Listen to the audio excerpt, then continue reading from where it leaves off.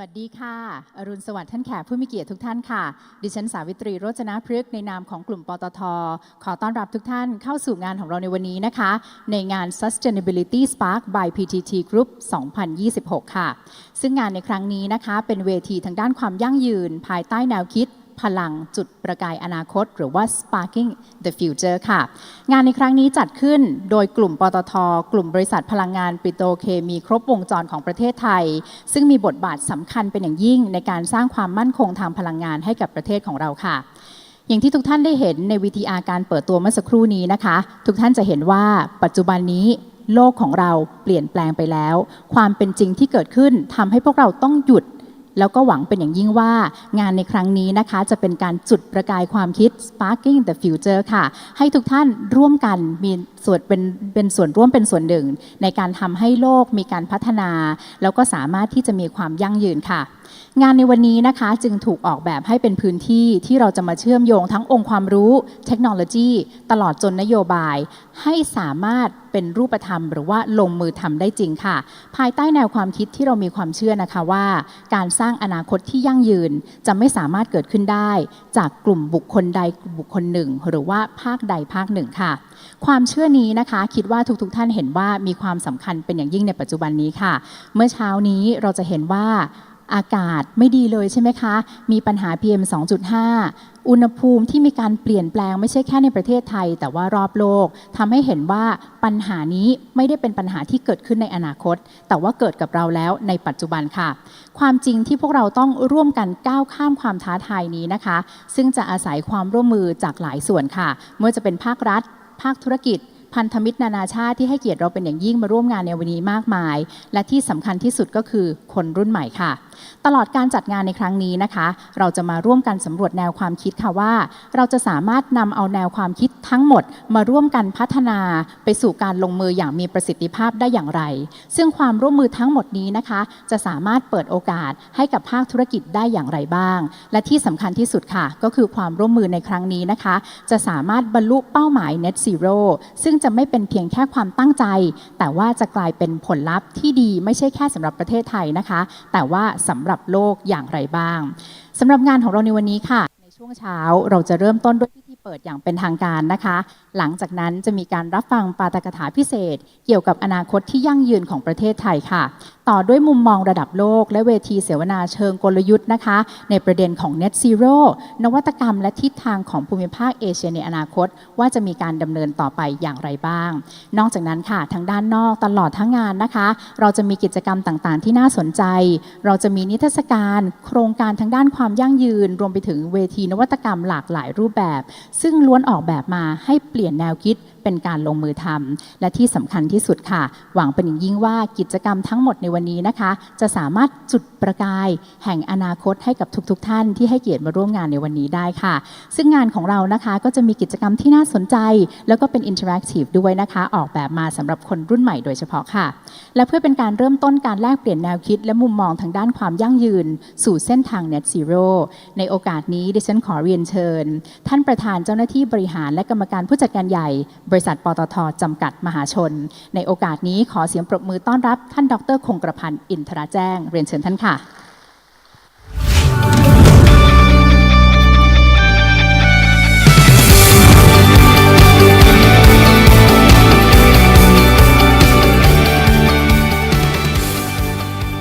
สวัสดีครับเรียนท่านรองนายกนะครับรัฐมนตรีว่าการกระทรวงการคลังคุณเอกนิติธันประภาสนะครับ Excellency แล้วก็นะฮะท่านปลัดกระทรวงนะครับท่านประธานกรรมการปตท.แล้วก็ประธานกรรมการบริษัทในกลุ่มนะครับบอร์ดปตท.บอร์ดบริษัทในกลุ่มนะครับท่านผู้บริหารนะครับทั้งส่วนราชการและภาคเอกชนการศึกษาต่างๆนะครับรวมทั้งท่านวิทยากรนะครับทุกท่านที่มาร่วมงานนะครับท่านสื่อมวลชนแล้วก็ท่านแขกผู้มีเกียรติทุกท่านนะครับวันนี้ทางปตท.และกลุ่มปตท.นะครับก็ขอบคุณนะครับที่ทุกท่านได้ให้เกียรติมาร่วมงานใน2วันนี้นะครับเราก็ตั้งใจจัดงานนะครับปีนี้เป็นปีแรกนะครับที่ชื่อว่า Sustainability Spark นะครับ by PTT Group 2026 งานนี้นะครับ2 วันนี้เราก็มีวัตถุประสงค์นะครับในการเราอยากทำ2 เรื่องนะครับเรื่องแรกก็คือสร้างองค์ความรู้การเรียนรู้นะครับสร้างแนวคิดอะไรต่างๆว่าเรื่องความยั่งยืนเนี่ยสามารถทำได้ให้เป็นรูปธรรมนะครับแล้วก็ practical จับต้องได้มีตัวอย่างที่เห็นได้ชัดแท้จริงนะครับและให้เห็นว่าการจะสร้างความยั่งยืนได้เนี่ยมันต้องสมดุลนะครับระหว่างสิ่งแวดล้อมเศรษฐกิจแล้วก็สังคมนะครับอีกวัตถุประสงค์หลักก็คือการสร้างความมีส่วนร่วมนะครับการร่วมมือกันทำนะครับทั้งภาครัฐภาคเอกชนภาคการศึกษาภาคประชาชนทุกคนนะครับการมีส่วนร่วมนะฮะในการสร้างให้โลกของเรายั่งยืนนะครับงานเรานะครับ2 วันนี้ก็มีหลายเรื่องนะครับหลายรูปแบบนะครับมีตั้งแต่การเสวนานะครับมีทั้งหมด3 ห้องนะครับมีกิจกรรมน่าสนใจมากมายเลยก็เราก็จะมีผู้เชี่ยวชาญนะครับผู้ที่ปฏิบัติจริงนะผู้ที่มีความรู้ในเรื่องนี้ทำสำเร็จหรือว่าทำแล้วเกิดปัญหาอะไรก็จะมาแชร์องค์ความรู้กันนะครับเกี่ยวกับแล้วก็มีทั้ง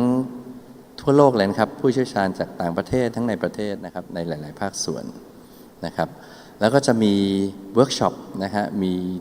การอินเทอร์แอคทีฟกันนะฮะโดยเฉพาะพรุ่งนี้ด้วยนะครับทั้งตอนบ่ายวันนี้พรุ่งนี้เนี่ย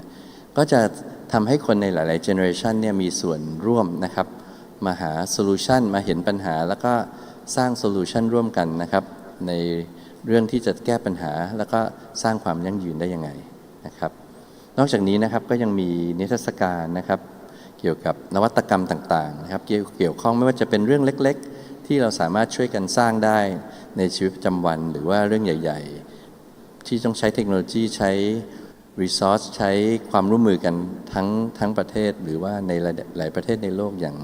CCS เป็นต้นนะครับก็ผมก็ต้องขอบคุณอีกครั้งนะครับสำหรับท่านรองนายกนะฮะที่ได้กรุณามาเปิดงานในวันนี้นะครับแล้วก็ขอบคุณทุกท่านที่มานะครับโดยเฉพาะยิ่งสปีกเกอร์และแพนเนลนะฮะที่หลายๆท่านก็เดินทางมาไกลนะครับก็มาช่วยกันแบ่งปันความรู้ประสบการณ์นะครับผมก็หวังว่าในงาน2 วันนี้นะครับก็จะเป็นอย่างชื่อที่เราตั้งนะครับก็จะ Spark ไอเดียของเรานะครับ Spark แรงบันดาลใจแล้วก็องค์ความรู้ต่างๆให้เรากันช่วยกันสร้างให้โลกของเรานะครับเกิดความยั่งยืนทั้งเรื่องใกล้ตัวและเรื่อง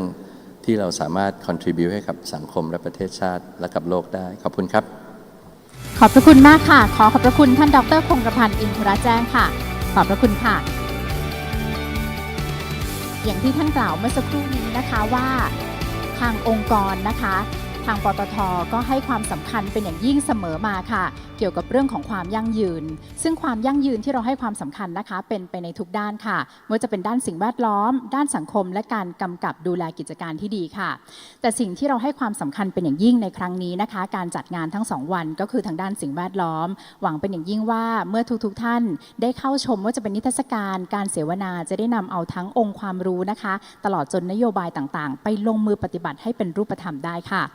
ในลำดับต่อไปนี้นะคะวันนี้เป็นเรื่องที่น่ายินดีเป็นอย่างยิ่งค่ะที่เราได้รับเกียรติจากท่านดร.เอกนิติธันประภาสท่านรองนายกรัฐมนตรีและรัฐมนตรีว่าการกระทรวงการคลังท่านให้เกียรติเป็นอย่างยิ่งมาร่วมงานในวันนี้ค่ะลำดับต่อไปท่านจะขึ้นกล่าวปาฐกถาพิเศษในหัวข้อ Thailand's New Horizon ประเทศไทยแข็งแกร่งและยั่งยืนท่ามกลางโลกผันผวนและความท้าทายทางด้านสภาพภูมิอากาศค่ะปาฐกถาในครั้งนี้นะคะจะถ่ายทอดวิสัยทัศน์ระดับประเทศสะท้อนความก้าวหน้าของประเทศไทยและร่วมกันจุดพลังประกายของความยั่งยืนสู่ทุกภาคส่วนที่จะมารวมตัวกันในวันนี้ค่ะในโอกาสนี้ขอเสียงปรบมือดังๆต้อนรับท่านรองนายกรัฐมนตรีและท่านรัฐมนตรีว่าการกระทรวงการคลังค่ะกราบเรียนเชิญท่านค่ะ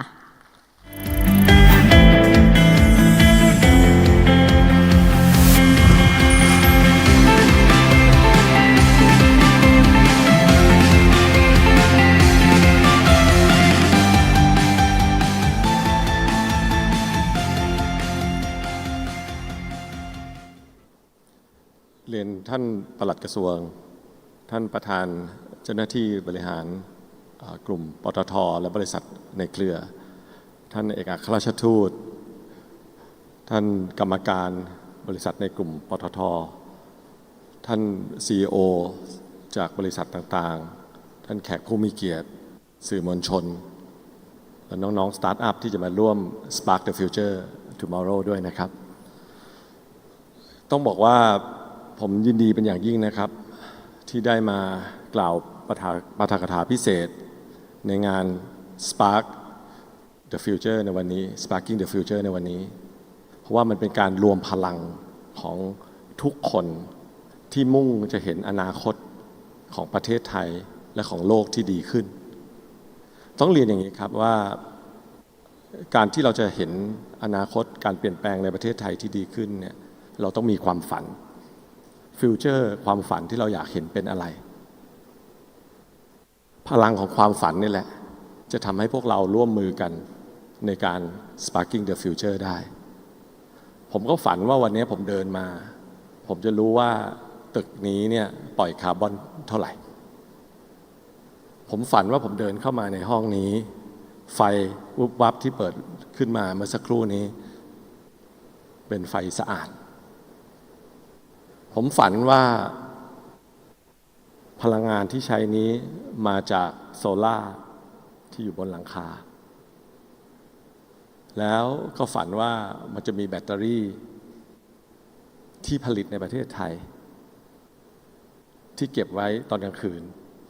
และสามารถขายไฟให้กับคนไทยในอัตราที่ถูกลงแล้วผมก็ฝันว่าผมพูดเปิดสปีชวันนี้เสร็จผมจะออกไปทานข้าวกลางวันที่อยุธยาผมนั่งรถไปผมไปเติมน้ำมันซึ่งเป็นรถไฮบริดแต่ก็ต้องเติมน้ำมันเพราะว่าไฟฟ้าในรถอาจจะไม่พอแต่ผมก็จะรู้ว่าผมเติมน้ำมันไปแล้วผมปล่อยคาร์บอนไปเท่าไหร่พอเติมน้ำมันเสร็จผมก็ฝันว่าจะไปอยุธยาผมจะผ่านโซล่าฟาร์มที่ผลิตพลังงานสะอาดแล้วก็มีสายไฟที่สามารถเชื่อมต่อไปอุตสาหกรรมที่อยู่ทางผ่านไปอยุธยาเป็นอุตสาหกรรมที่ผลิตพลังงานสะอาดผลิตสินค้า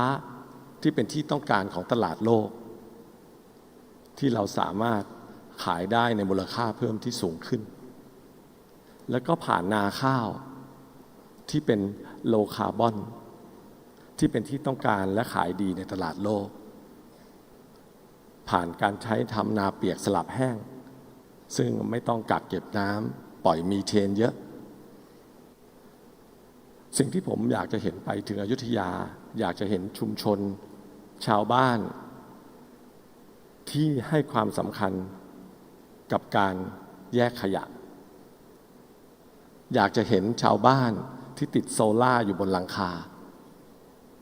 เพื่อจะลดค่าใช้จ่ายเขาแล้วก็สามารถขายไฟให้กับประเทศเพื่อทำให้ลดต้นทุนค่าไฟค่าใช้จ่ายของเขาเช่นกันนี่คือความฝันที่เราสามารถสร้างให้เกิดได้แต่เราต้องรวมพลังกันผมต้องขอบคุณทางกลุ่มปตท.มากๆที่ช่วยจัดงาน Sparking the Future for the Future ของเราสิ่งต่างๆเหล่านี้เนี่ยมันจะทำให้เกิดขึ้นได้อย่างไรผมคิดว่าต้องร่วมมือกันการจะร่วมมือกันเนี่ยต้องร่วมมือกันทุกภาคส่วนทั้งภาครัฐทั้งเอกชนทั้งคนในชุมชนเพื่อจะทำให้ฝันมันเป็นจริงได้อันที่หนึ่งภาครัฐก็ต้องตั้งเป้าให้ชัดซึ่งวันนี้เป้าเราชัดพอสมควรก็คือการที่บอกว่าเราจะเลื่อนการเข้าสู่ Net Zero ในปี 2050 เป้านี้เนี่ยเป็นเป้าที่เราคอมมิตกับนานาประเทศแต่เป้าชัดมันไม่พอมันต้องมีนโยบายที่ชัดเพื่อทำให้ฝันที่พูดมาทั้งหมดเนี่ยมันเกิดขึ้นได้นโยบายที่ชัดต้องมีกฎหมายมารองรับซึ่งรัฐบาลก็ได้เห็นชอบพรบการเปลี่ยนแปลงสภาพภูมิอากาศพรบลดโลกร้อนที่เราเรียกชื่อกันเรียบร้อยแล้วแต่แน่นอนต้องรอรัฐบาลใหม่มาขับเคลื่อนต่อรัฐสภาใหม่มาทำให้เป็นกฎหมายที่บังคับใช้ในกฎหมายนี้ผมได้มีโอกาสได้เข้ามามีส่วนร่วมในส่วนที่ตอนที่อยู่กรมสรรพสามิต กลไกสำคัญที่จะทำให้ฝันเป็นจริงได้คือกลไกราคาภาคบังคับมนุษย์เราทุกคนในฐานะที่เป็นนักเศรษฐศาสตร์เนี่ยการจะเปลี่ยนแปลงพฤติกรรมได้ดีที่สุดคือกลไกราคาทำไมของเซลล์ที่ห้างวันนี้มิดไนท์เซลล์คนถึงรอไปตอนกลางคืนเพื่อจะได้รับของถูกก็เพราะว่ากลไกราคาสำคัญมากมันถึงจำเป็นต้องมีกลไกราคาภาคบังคับเรื่องคาร์บอนอาจจะเป็นคาร์บอนแท็กซ์อาจจะเป็น ETS ซึ่งพิสูจน์ในทางทฤษฎีและการวิจัยทั่วโลกว่าประเทศไหนที่มีกลไกราคาคาร์บอนภาคบังคับจะสามารถลดการปล่อยคาร์บอนไดออกไซด์และก๊าซเรือนกระจกได้อย่างเป็นรูปธรรมการวิจัยทั้งโลกพิสูจน์มาแล้วมีตัวอย่างให้เห็นชัดในยุโรปทำให้เกิดกลไกราคามีการพัฒนาตลาดมีคาร์บอนเครดิตมาร์เก็ตที่มีประสิทธิภาพ80 60 70 80 ยูโรตามกลไกตลาดไม่ใช่แค่ไม่กี่เหรียญในกลไกภาคสมัครใจและกลไกต่างๆเหล่านี้เมื่อเราเก็บรายได้ได้ต้องมีกองทุนที่มาสนับสนุนให้เอกชนไปปรับเปลี่ยนพฤติกรรมปรับเปลี่ยนกระบวนการผลิตสามารถที่จะเปลี่ยนให้กับธุรกิจต่างๆตั้งแต่ธุรกิจขนาดใหญ่ธุรกิจขนาดกลางและขนาดเล็กให้เขาสามารถเข้าสู่อุตสาหกรรมและธุรกิจสีเขียวได้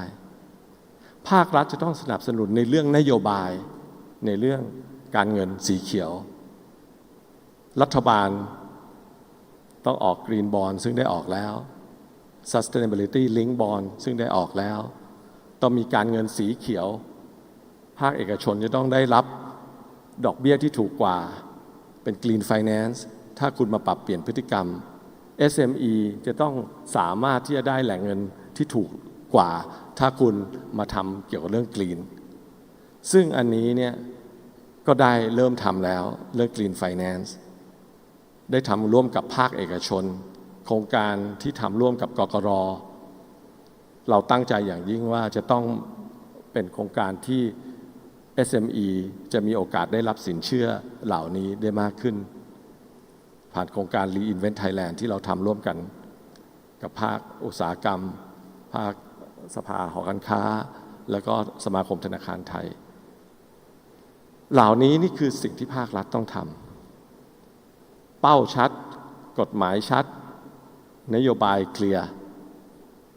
แต่ต้องทำกับภาคเอกชนเพราะเอกชนทำคนเดียวไม่ได้ถ้ากฎกติกาไม่ชัดแต่เอกชนมีพลังเยอะมากเหมือนอย่างวันนี้ที่ท่านประธานเจ้าหน้าที่บริหารได้จัดงานวันนี้ขึ้นมาของกลุ่มปตท.และในเครือและเชิญพันธมิตรทั้งหมดมา Together for Sustainable เพื่อทำให้เกิดพลังแห่งสีเขียว Sparking the Future สิ่งที่ภาคเอกชนจะทำได้คือแปลงวัดอย่างเป็นรูปธรรมวันนี้การปล่อยคาร์บอนไดออกไซด์ก๊าซเรือนกระจกของเรา 65% มาจากภาคพลังงานแล้วก็ภาคขนส่งก็ดีใจที่คนที่ปล่อยก๊าซเรือนกระจกมากที่สุดในภาคพลังงานและขนส่งน่าจะอยู่ในห้องนี้เกือบทั้งหมดซึ่งสามารถจะเปลี่ยนได้แน่นอนในเรื่องของ Carbon Capture Utilization and Storage เป็นเรื่องสำคัญมากภาคเอกชนที่กลุ่มปตท.ผมเคยมีโอกาสทำงานเป็นกรรมการในบริษัทในกลุ่มปตท.อยู่หลายแห่งก็ได้เห็นชัดว่าความมุ่งมั่นที่จะทำ CCUS ให้เกิดขึ้นได้แต่เอกชนทำคนเดียวไม่ได้ต้องร่วมกับภาครัฐต้องมีแรงจูงใจจากภาครัฐเพื่อทำให้ CCUS เกิดขึ้นให้ได้ไม่งั้น 65% ที่มาจากภาคพลังงานไม่มีทางเกิดขึ้นภาคขนส่งในเรื่องรถไฟฟ้าวันนี้เนี่ยสิ่งที่เราได้ทำมาร่วมกับภาคเอกชนภาครัฐได้ทำมาร่วมเอกชนเห็นชัดเจนว่าวันนี้อุตสาหกรรมรถไฟฟ้าเนี่ยเริ่มผลิตเพื่อส่งออกแล้วนี่คือสิ่งที่เริ่มขึ้นและยังมีอุตสาหกรรมรถยนต์ซึ่งเราเคยเป็นหนึ่งในอาเซียนวันนี้จะเปลี่ยนจาก รถสันดาปมาเป็นรถไฟฟ้าหรือไฮบริดเพื่อให้คนได้มีโอกาสใช้รถเหล่านี้เนี่ยแล้วก็สามารถลดการปล่อยก๊าซคาร์บอนไดออกไซด์ได้ก็ต้องร่วมมือกันซึ่งสิ่งต่างๆเหล่านี้เริ่มเกิดขึ้นแล้วภาคพลังงานยังมีส่วนสำคัญอีกต้องเปิดให้เอกชนเนี่ยเข้ามาทำในเรื่องไฟฟ้าสะอาดให้ได้โลกแห่งอนาคตเป็นโลกที่ทุกคนเห็นความสำคัญของไฟฟ้าสะอาดประเทศไทยบอกว่าอยู่ล้าหลังประเทศอื่นในปัจจุบันนี้เนี่ยทั้งที่ในอดีตเราเคยภูมิใจว่าประเทศไทยจะเป็นเสือตัวที่5แห่งเอเชียเพราะว่าในอดีตเรามีโครงสร้างพื้นฐานไฟที่ดีน้ำที่ดีท่าเรือที่ดีสนามบินที่ดีแต่วันนี้เขาต้องการพลังงานสะอาดไฟสีเขียวซึ่งเราไม่พอเพราะฉะนั้นเนี่ย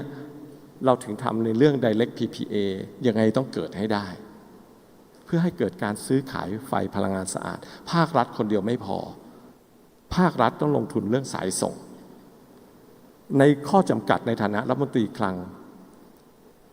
หนี้สาธารณะสูงแล้วเราจะลงทุนสายส่งได้ยังไงเราสามารถทำกองทุนโครงสร้างพื้นฐานระดมทุนมาทำสายส่งได้ทำพลังงานสะอาดได้ซึ่งไม่ได้เป็นหนี้สาธารณะระดมทุนจากเอกชนซึ่งมีคนต้องการลงทุนอย่างมากกองทุนรวมโครงสร้างพื้นฐานเพื่ออนาคตประเทศไทย Infrastructure Fund เราสามารถทำได้เราสามารถทำ PPP Public Private Partnership ได้และต้องเปิดให้เอกชนขายไฟกลับเข้ามาได้แค่นี้ยังไม่พอครับสิ่งที่ต้องทำให้ลงถึงชุมชนผมได้มีโอกาสไปที่สระบุรีไปดูสระบุรีโมเดลได้เห็นความเข้มแข็งของชุมชนที่ถ่ายทอดร่วมมือกับภาครัฐภาคเอกชนพัฒนาในเรื่องทั้งอุตสาหกรรมใหม่ที่เป็นสีเขียวให้ชุมชนได้ประโยชน์จากการทำในเรื่องกิจกรรมสีเขียวทั้งในเรื่องการแยกขยะทั้งในเรื่องของพลังงานสะอาดทั้งในเรื่องสินค้าเกษตรสิ่งเหล่านี้ต้องเกิดขึ้นไม่ใช่แค่สระบุรีคณะรัฐมนตรีก็เพิ่งอนุมัติอีกโครงการหนึ่งคือโครงการ Low Carbon Capture City ซึ่งกระทรวงการคลังทำกับ World Bank เพื่อจะร่วมทำกับกรุงเทพมหานครให้เป็น Low Carbon City ติดโซล่าบนโรงเรียนบนโรงพยาบาลทำร่วมกับ Exim Bank แล้วก็การนิคมอุตสาหกรรมเพื่อจะทำให้เป็นต้นแบบที่ทำร่วมกับชุมชนทำร่วมกับท้องถิ่นกรุงเทพมหานครสิ่งเหล่านี้ต้องเกิดขึ้นตามจังหวัดต่างๆเพื่อทำให้เกิดพลังงานสะอาดสีเขียวลงไปถึงชุมชนอันนี้คือฝัน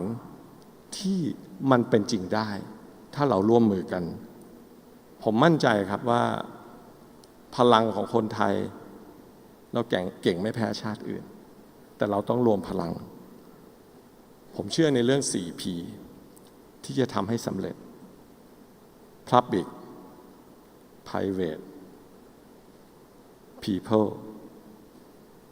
Partnership for Planet ปตท.ท่านประธานเจ้าหน้าที่บริหารกลุ่มปตท.และพนักงานทุกคนที่จัดงานนี้ขึ้นมาผมเชื่อเหลือเกินว่างานวันนี้และวันพรุ่งนี้เนี่ยจะเป็นงานที่ช่วยรวมพลังเพื่อให้เกิดพลังงานสีเขียวประเทศสีเขียวอุตสาหกรรมสีเขียว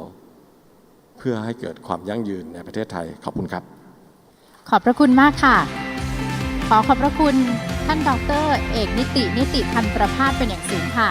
อย่างที่ท่านกล่าวไปเมื่อสักครู่นี้นะคะว่าคิดว่าการจัดงานในครั้งนี้ค่ะด้วยความร่วมมือร่วมใจของทุกภาคส่วนนะคะไม่ว่าจะเป็นกลุ่มพนักงานกลุ่มนานาชาตินะคะที่ให้เกียรติมาร่วมงานในครั้งนี้คิดว่าจะสามารถรวมพลังกันแล้วก็ทำให้เป็นพลังสีเขียวเพื่อประเทศสีเขียวที่ยั่งยืนได้อย่างแน่นอนค่ะในลำดับต่อไปค่ะทุกท่านจะได้ร่วมรับฟังกรณีศึกษาที่สะท้อนให้เห็นว่าเป้าหมาย Net Zero ไม่ได้เป็นเพียงแค่พันธกิจทางด้านสิ่งแวดล้อมนะคะแต่จะสามารถต่อยอดสู่พลังขับเคลื่อนทางเศรษฐกิจของประเทศได้ค่ะ Up next, we invite you to explore a powerful example that demonstrates how net zero can become more than a climate commitment,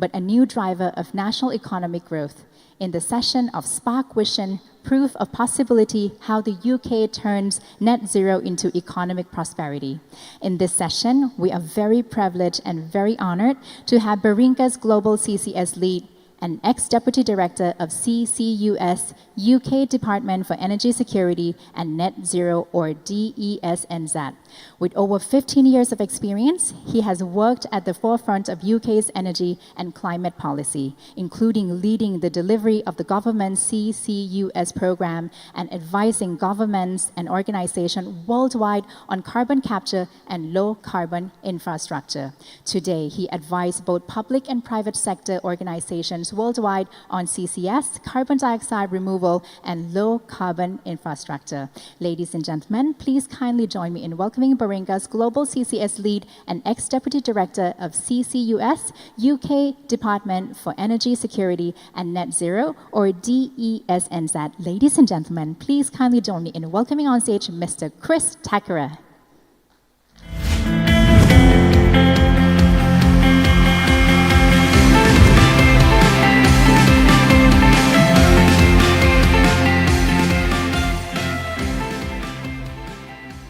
Good morning. Saudi Cup. Thank you for the invitation to come and speak to you today in Bangkok on the future of the UK's net zero journey and the lessons that we've learned over time. So I'm an ex-UK government official working to deliver net zero and energy security. Now I help governments and companies around the world to think about how they invest in energy and climate projects. So I primarily focus on carbon capture and storage. I started my career in power, but I've realized that we need to go beyond low carbon power to deliver deep decarbonisation. So carbon capture and storage is absolutely critical. So I can see some students in the audience, and I would urge any of you out there to please come and join the global effort on climate change in your careers. It's an exciting and fun place to be, and it has a real meaningful impact. I believe that Thailand and Asia will be absolutely critical to the effort on net zero, and the UK and Thailand has a long history of working together.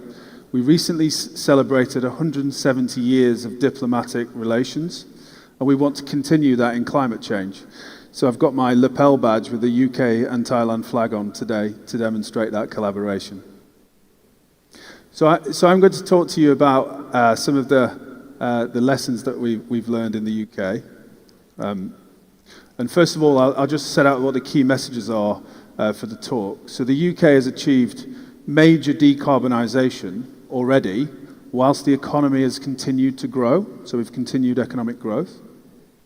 Major economic benefits from investment have led to jobs and business opportunities. But we have learned some lessons. So we've learned lessons in policy, in prioritisation, and considering both the costs and the benefits of net zero. I would say that industrial decarbonisation through carbon capture and storage, as well as low carbon power, is absolutely necessary. And it's our belief that Thailand and the ASEAN region has a globally significant opportunity in industrial decarbonisation and CCS. So look, the UK committed early to ambitious long-term climate targets. So we put the Climate Change Act into law in 2008.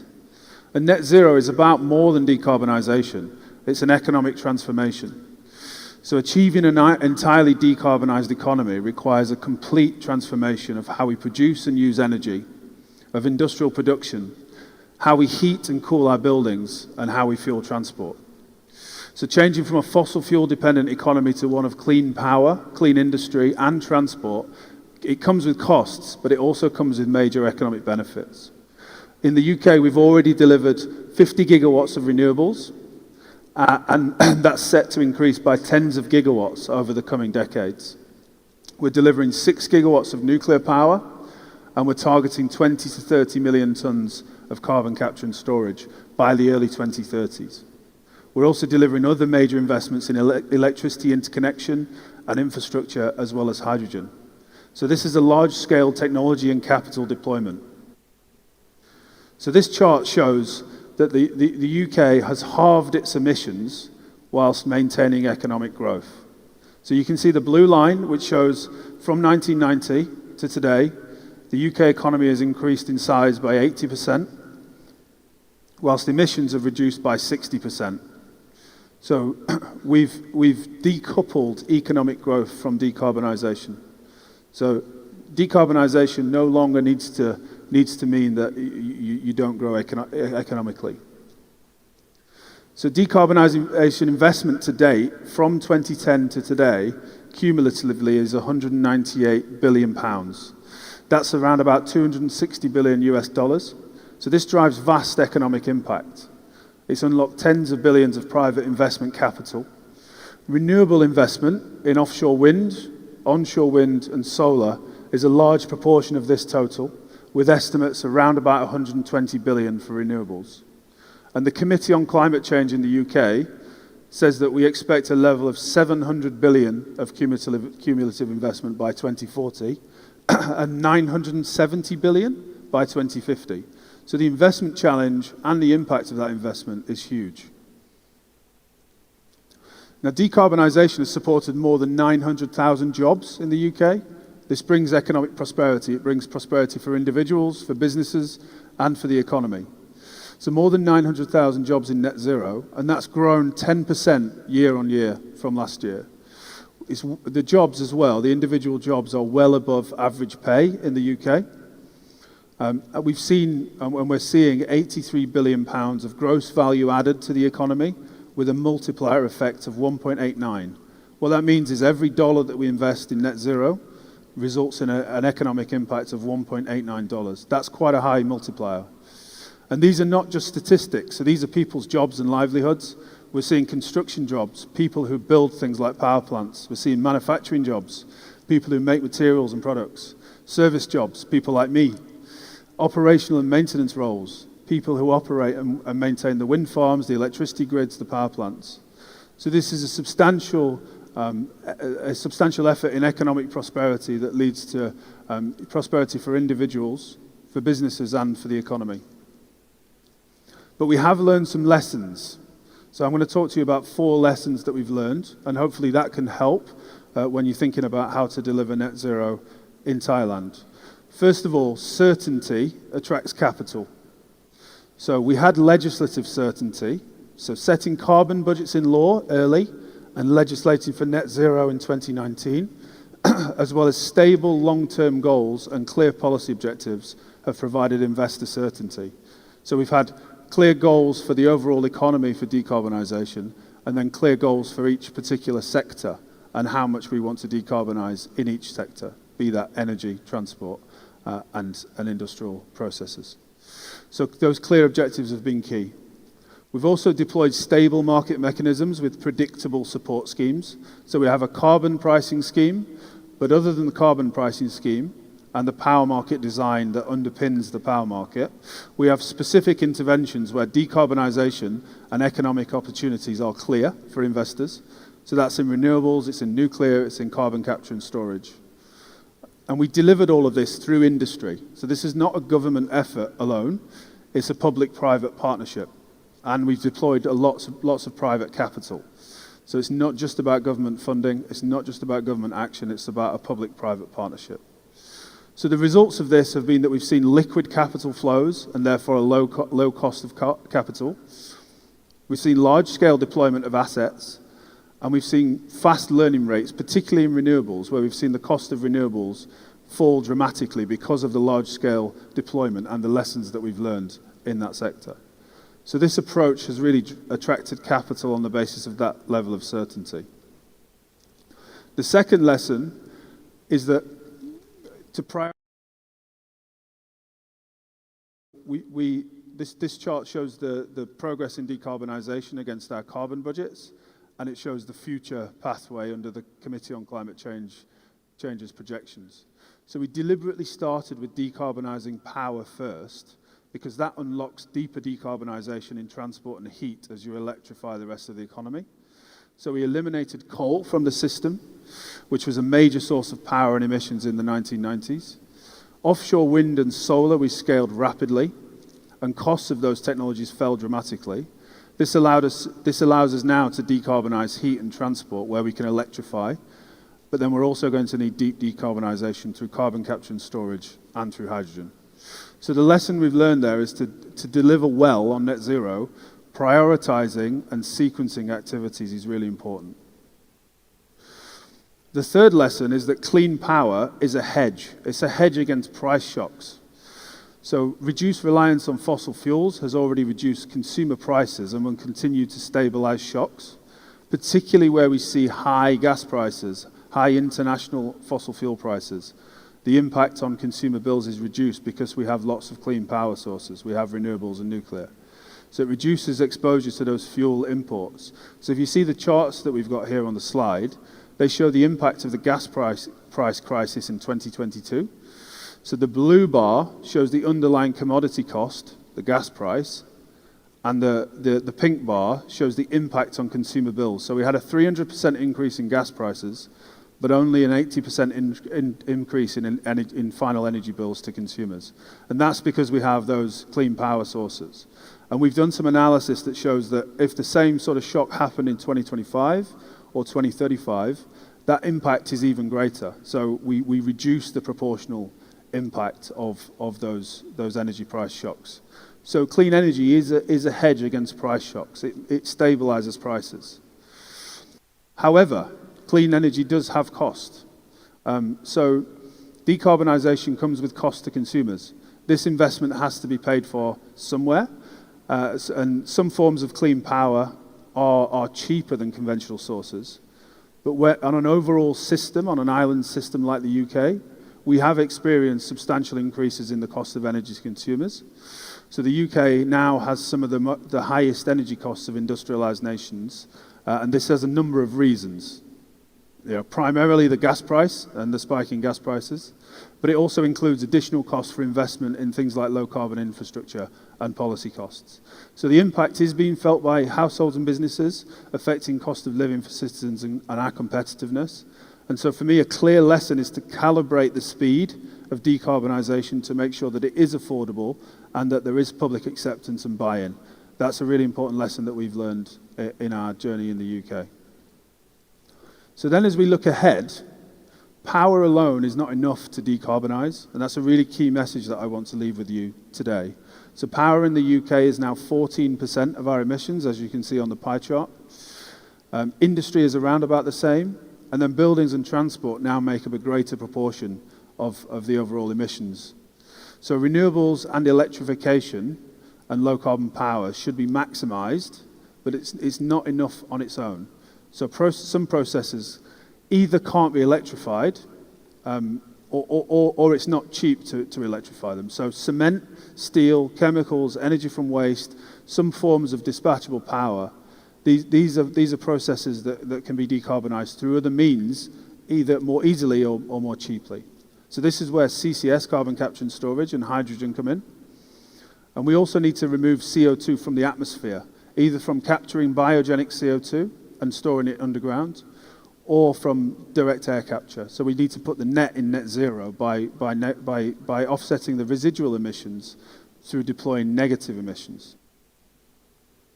So carbon capture and storage, what is it? It enables decarbonisation of industry where low carbon power cannot do that. So we capture CO2 from industrial facilities, and this is using existing technology that has been around for decades. We capture CO2 from power, from cement, from steel, from chemicals, or biogenic sources like waste and bioenergy with CCS, as well as direct air capture. We then transport it via pipeline, ship, or rail. So we're transporting the CO2 from the industrial facility out to either a deep underground store site that is either onshore or offshore.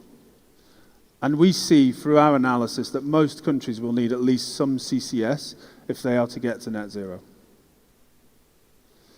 Just a little bit about the UK cluster model and the UK CCS policy framework, which I was involved in delivering when I was in UK government, and it's really close to my heart, and has now resulted in successful financial investment decisions, which we're very pleased about in the UK. So the UK has plentiful CO2 storage resources. The theoretical level of storage, geological storage, in the UK is expected to be around about 78 billion tonnes. So that's 200 years of the UK's emissions. And 50% of our emissions are in what we call industrial clusters. So they are in areas, industrial regions, where you have close proximity to one another. So the industrial processes are close by. That means that a cluster model, where you deploy projects together in a coordinated way with shared infrastructure, means that infrastructure is used much more efficiently and therefore is more affordable.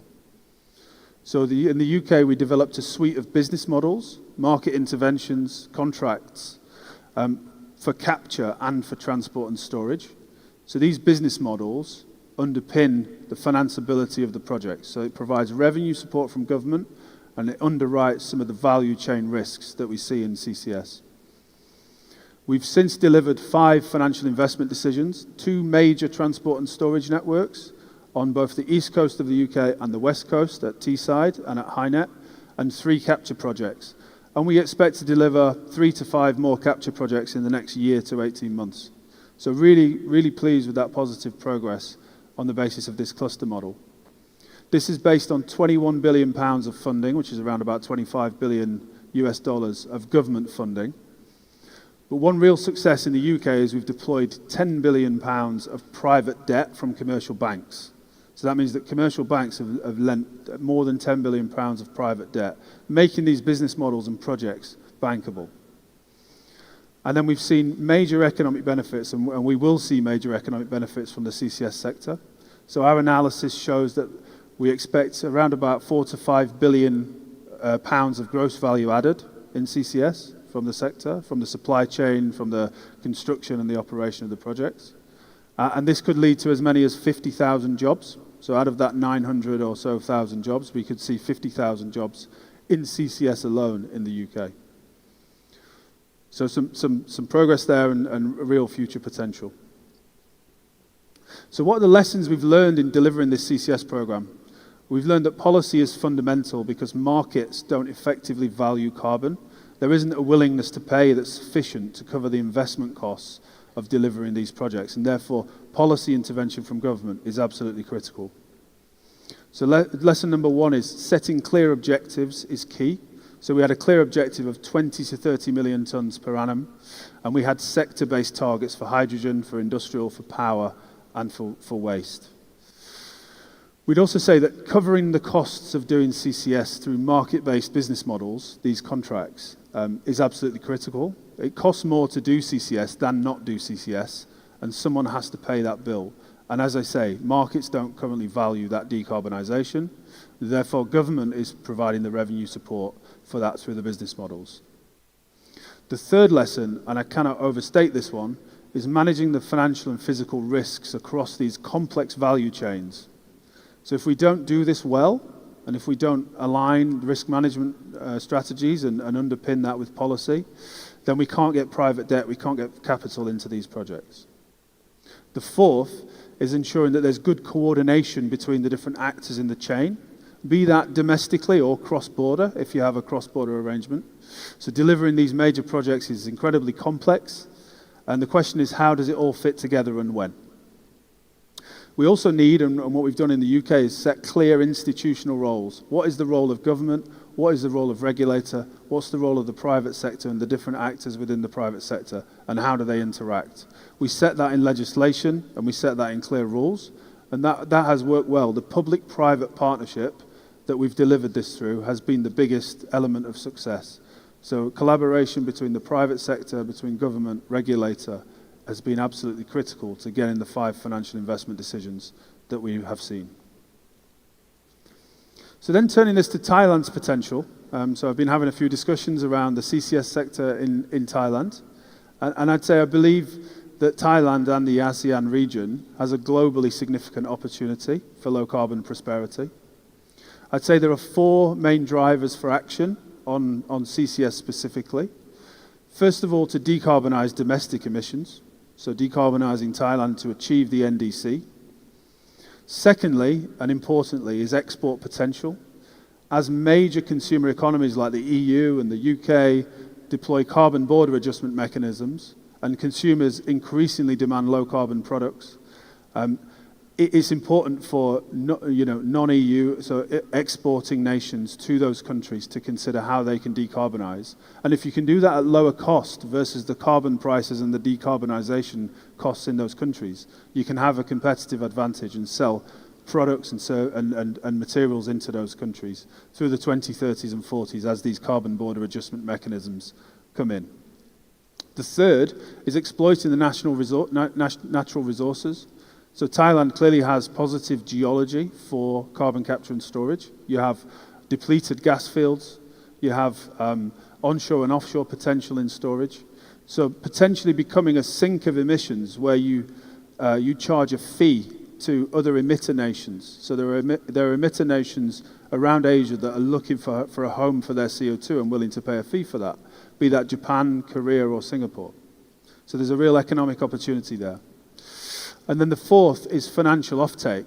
So what I mean by this is delivering projects in Thailand at lower cost than alternatives overseas, and then selling the financial product, the offtake, under Article 6 of the Paris Agreement to help others to decarbonize and bring in economic revenue for those projects.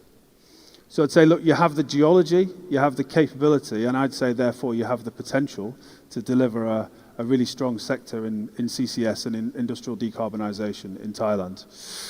So I'd say Thailand can decarbonise domestic emissions of cement, steel, power and chemicals, but also has the potential to become a service provider in carbon storage as well. The lessons from the UK are informative, but you will need your own blueprint. It's not a copy and paste job, and I don't intend to communicate it as such. So I'd say setting clear goals, stable long-term policy signals are important, bridging the cost gap with specific interventions, and managing those value chain risks are really key. So this event, I'd say, setting the scene to show that you've got the ambition, and I'm really pleased to be part of it. So just to run through the key messages to take away today before I close. So the UK has achieved major decarbonisation while continuing to grow the economy. We're delivering major economic benefits from investment, which have led to jobs and business opportunities. And lessons have been learned. We've learned lessons in policy, providing that certainty, in prioritising and sequencing, and particularly in considering both the costs and the benefits and how you sequence whilst maintaining public acceptance. Industrial decarbonisation through carbon capture and storage is absolutely necessary, and I'd say that Thailand and the ASEAN region has a globally significant opportunity. So thank you for the invitation today, and I'd be pleased to continue discussions over coffee. Thank you very much, Mr. Chris Thackeray. Thank you, sir. This inspiring example has shown that net zero is not only a climate commitment, but a real economic opportunity when supported by the right policy, investment, and clean innovation. The UK experience reminds us that the clear vision and coordinated action, the transition to a low-carbon future can strengthen competitiveness and drive sustainable growth. สำหรับในโอกาสนี้นะคะดิฉันขอเรียนเชิญท่านแขกผู้มีเกียรติดังรายนามต่อไปนี้ให้เกียรติถ่ายภาพร่วมกันเป็นที่ระลึกค่ะ And on this very special occasion, I would like to invite the executive and our guests to please kindly join us on stage for a photo session. ในลำดับแรกขอกราบเรียนเชิญท่านดร.เอกนิติธันประภาสรองนายกรัฐมนตรีและรัฐมนตรีว่าการกระทรวงการคลังเรียนเชิญท่านค่ะขอเรียนเชิญคุณวุฒิไกรลีวีรพันธ์ประธานกรรมการบริษัทปตท.จำกัดมหาชนดร.คงกระพันธ์อินทรแจ้งประธานเจ้าหน้าที่บริหารและกรรมการผู้จัดการใหญ่บริษัทปตท.จำกัดมหาชนคุณเกรียงไกรเทียนนุกุลประธานสภาอุตสาหกรรมแห่งประเทศไทยดร.ประเสริฐสินสุขประเสริฐปลัดกระทรวงพลังงานคุณณัฐพลรังสิทธิ์พลปลัดกระทรวงอุตสาหกรรมคุณระวีวรรณภูริเดชปลัดกระทรวงทรัพยากรธรรมชาติและสิ่งแวดล้อมคุณดนุชาพิชยนันท์เลขาธิการสภาพัฒน์ His Excellency Mr. Isa Abdullah bin Alawi, the Ambassador of Sultanate of Oman to Thailand. คุณหญิงทองทิพย์รัตนรัตน์กรรมการอำนวยการและที่ปรึกษา PEIT คุณปรีดีดาวฉายประธานบอร์ดบริษัทปตท Global Chemical จำกัดมหาชนศาสตราจารย์ดร.สุพจน์เตชะวรศิลป์สกุลประธานบอร์ดบริษัท Global Power Synergy จำกัดมหาชนคุณกฤษณะบุญญชัยกรรมการจากปตท.ดร.วีรพัฒน์เกียรติเฟื่องฟูกรรมการปตท.คุณชูศรีเกียรติขจรกุลกรรมการปตท.คุณสมหมายสิริอุดมเศรษฐ์กรรมการปตท.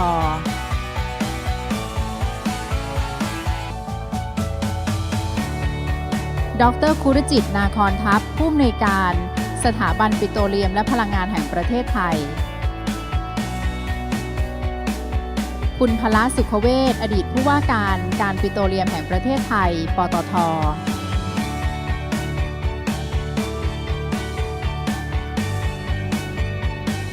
คุณประเสริฐบุญสัมพันธ์อดีต CEO ปตท.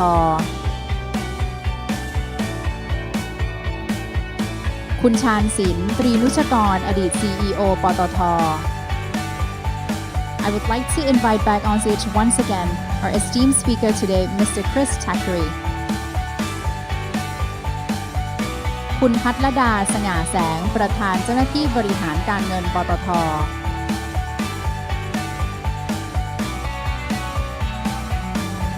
คุณบูรณินทร์รัตนสมบัติประธานเจ้าหน้าที่ปฏิบัติการกลุ่มธุรกิจใหม่และความยั่งยืนปตท.คุณประสงค์อินทรหนองไผ่ประธานเจ้าหน้าที่ปฏิบัติการกลุ่มธุรกิจปิโตรเลียมขั้นปลายปตท.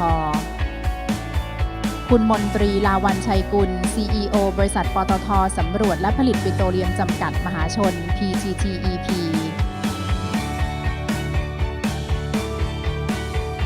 คุณณรงค์ศักดิ์จิวากานันท์ CEO บริษัทปตท Global Chemical จำกัดมหาชนคุณวรวัฒน์ทิพยสิริ CEO บริษัท Global Power Synergy จำกัดมหาชนคุณเทิดเกียรติพร้อมมูล CEO บริษัท IRTC จำกัดมหาชน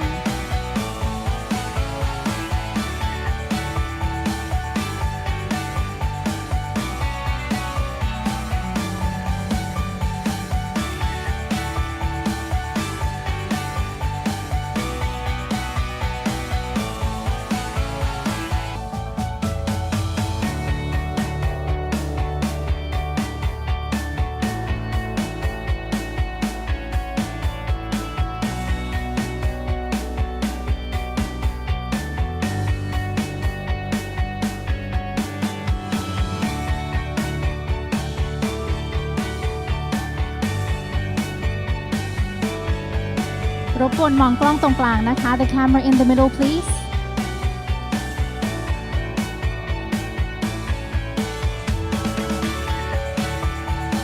ขอความกรุณามองกล้องตรงกลางนะคะ The camera in the middle please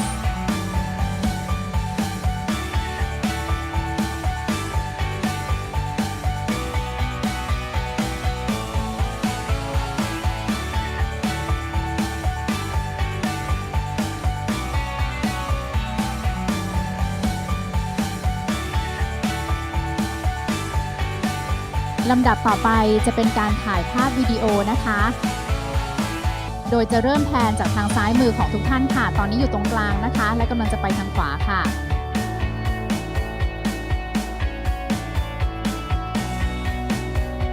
Ladies and gentlemen, one more shot for the video shot, please.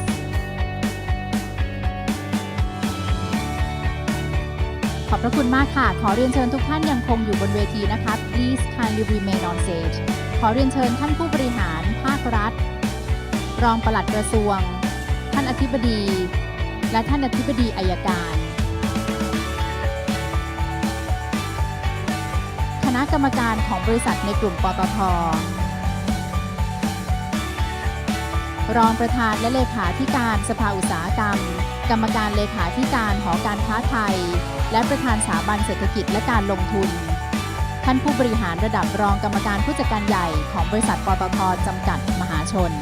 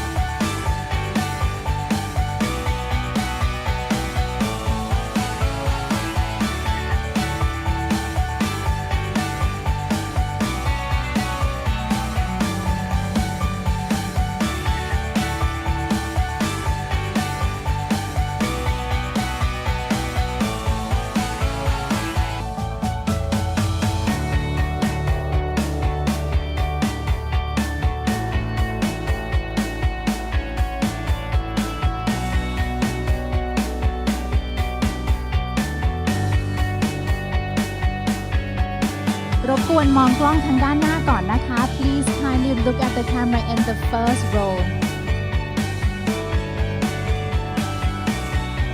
ขอความกรุณาทีมงานทั้งที่ยืนอยู่ทางด้านหน้ายกมือขึ้นนิดนึงนะคะค่ะรบกวนมองกล้องทางด้านหลังที่ยกมือนะคะ Please kindly look at the camera in the middle the gentleman raising his hands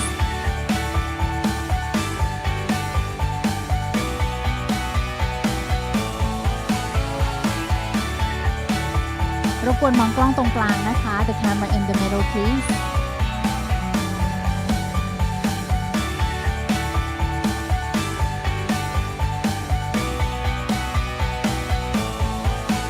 ลำดับต่อไปจะเป็นการถ่ายภาพวิดีโอนะคะขอความกรุณาทุกท่านมองกล้องวิดีโอค่ะจะเริ่มจากตรงกลางก่อนนะคะตอนนี้กำลังซูมออกค่ะ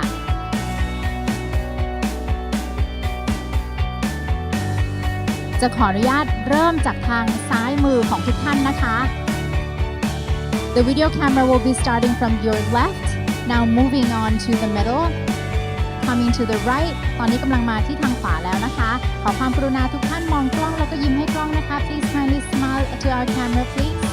It is such a wonderful day sparking the future together ขออนุญาตขออีกครั้งใช่ไหมคะขออนุญาตขอจากทางขวามือไปทางซ้ายนะคะ Now we're reversing We're coming from the right to the middle and now to the left. Please kindly smile.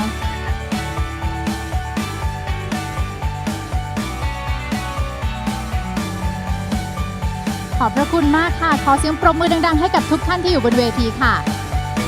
ความมุ่งหวังของเราอย่างที่บอกนะคะว่าความยั่งยืนในอนาคตไม่สามารถเกิดขึ้นได้จากใครคนใดคนหนึ่งหรือว่าภาคส่วนใดภาคส่วนหนึ่งค่ะเพราะฉะนั้นทุกท่านที่อยู่บนเวทีณขณะนี้เป็นตัวแทนของทั้งภาครัฐภาคเอกชนสถาบันนานาชาตินะคะเพื่อที่จะสร้างอนาคตที่เป็นสีเขียวอย่างยั่งยืนค่ะขอความกรุณาท่านแขกผู้มีเกียรติให้เกียรตินั่งประจำที่ได้เลยนะคะลำดับต่อไปจะเป็นช่วงของการเสวนาค่ะ Ladies and gentlemen, thank you very much for joining us for the photo session. And now I would like to invite you to please kindly be seated for our next session. ขอความกรุณากราบเรียนเชิญท่านแขกผู้มีเกียรติที่จะเข้าร่วมฟังเสวนาขอความกรุณาให้เกียรตินั่งประจำที่ได้เลยค่ะ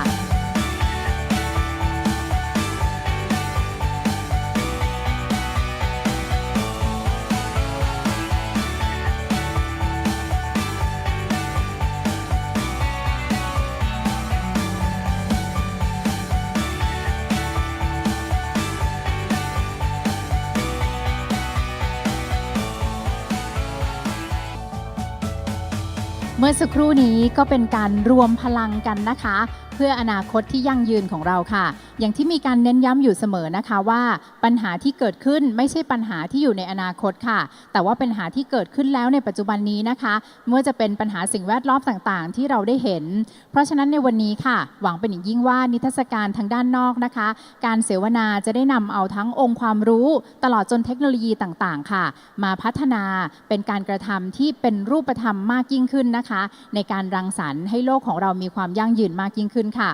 ในช่วงสุดท้ายของเช้าวันนี้นะคะจะเข้าสู่ช่วงของ Spark Top Session ค่ะเราจะมาพูดคุยกันภายใต้หัวข้อ Executive Dialogue Asia Shift Post COP30 นะคะเวทีที่จะแลกเปลี่ยนพื้นที่มุมมองเชิงกลยุทธ์แล้วก็จะมีเรื่องของวิสัยทัศน์จากผู้เชี่ยวชาญและผู้นำระดับโลกในหลากหลายสาขาทั้งพลังงานอุตสาหกรรมขนส่งและภาคเกษตรด้วยนะคะทิศทางต่อไปของการเปลี่ยนแปลงของภูมิภาคเอเชียหลังจากการประชุมนะคะจะเป็นอย่างไรบ้างค่ะวันนี้เราได้รับเกียรติเป็นอย่างยิ่งจากผู้แทนหน่วยงานระดับชาติทั้ง3ท่านมาร่วมแบ่งปันมุมมองแล้วก็ประสบการณ์บนเวทีนะคะขออนุญาตจัดเตรียมบริเวณบนเวทีครู่เดียวนะคะอีกสักครู่เราจะกลับมาพบกันกับการเสวนาในครั้งนี้ค่ะเพราะฉะนั้นขอความกรุณาท่านแขกผู้มีเกียรติทุกท่านที่จะอยู่ร่วมฟังการเสวนา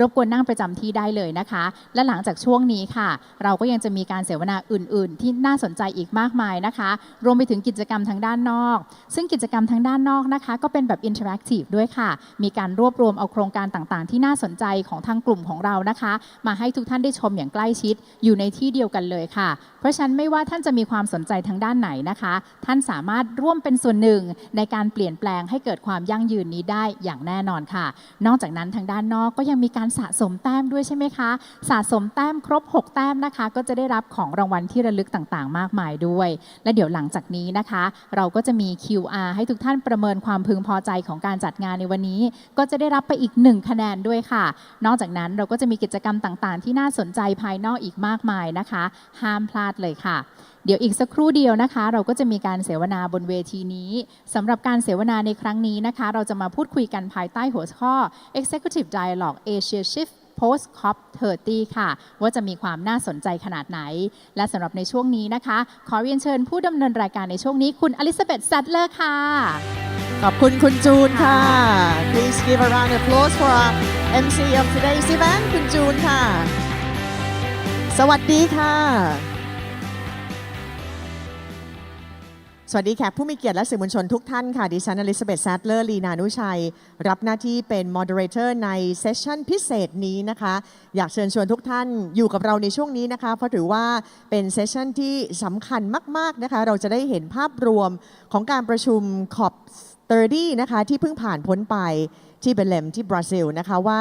ผลการประชุมข้อสรุปต่างๆมันจะช่วยกำหนดแนวทางในการปฏิบัติจริงของเราในภาคส่วนต่างๆอย่างไรบ้างนะคะทั้งเรื่องภาคอุตสาหกรรมพลังงานนะคะ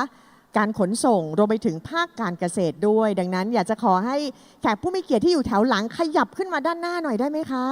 วันนี้เนี่ยสปีกเกอร์ของเรามาไกลเลยนะคะ2ท่านมาจากสิงคโปร์นะคะแล้วก็อีก1ท่านเนี่ยมาจากเบลเยียมเลยท่านเดินทางมาเพื่อที่จะเล่าให้ทุกท่านฟังนะคะฉายภาพให้ทุกท่านได้เห็นถึงความสำคัญกับเรื่องของสิ่งแวดล้อมแล้วก็ภาวะโลกร้อนที่เรามาคุยกันในวันนี้ค่ะ Good morning, distinguished guests, ladies and gentlemen, members of the press. I'm Elizabeth Sadler Linanushai as your moderator for this very special session, which is Executive Dialogue Asia Shifts Post COP30. In today's session, we are taking a pragmatic, a forward-looking view of the transition. We will be discussing how core sectors might evolve if global progress accelerates or conversely faces fresh challenges. Our goal today, ladies and gentlemen, is to decode these different pathways and explore their impact on Asia with a particular focus on the implications for Thailand. As I mentioned earlier in Thai, we are very delighted to be joined by our esteemed speakers, each representing a critical pillar of the transition from energy and industry, transportation and agriculture. So now, ladies and gentlemen, members of the press, please allow me to briefly introduce our speakers to the stage. Firstly, please join me in welcoming Dr. Praveen Kumar, Senior Director, Asia Pacific S&P Global Energy ขอเสียงประมือต้อนรับท่านแรกด้วยค่ะจาก S&P Global Energy นะคะ ท่านจะมาฉายภาพให้เราได้เห็นนะคะในมุมของพิลล่าสำคัญของ transition ที่เราจะคุยกันวันนี้นะคะก็คือเรื่องของ energy and industry ค่ะ Also joining us in this session, please join me in welcoming Mr. Wayne Tan, Global Head of Oil Markets, Bloomberg NEF. ขอเสียงประมือด้วยค่ะ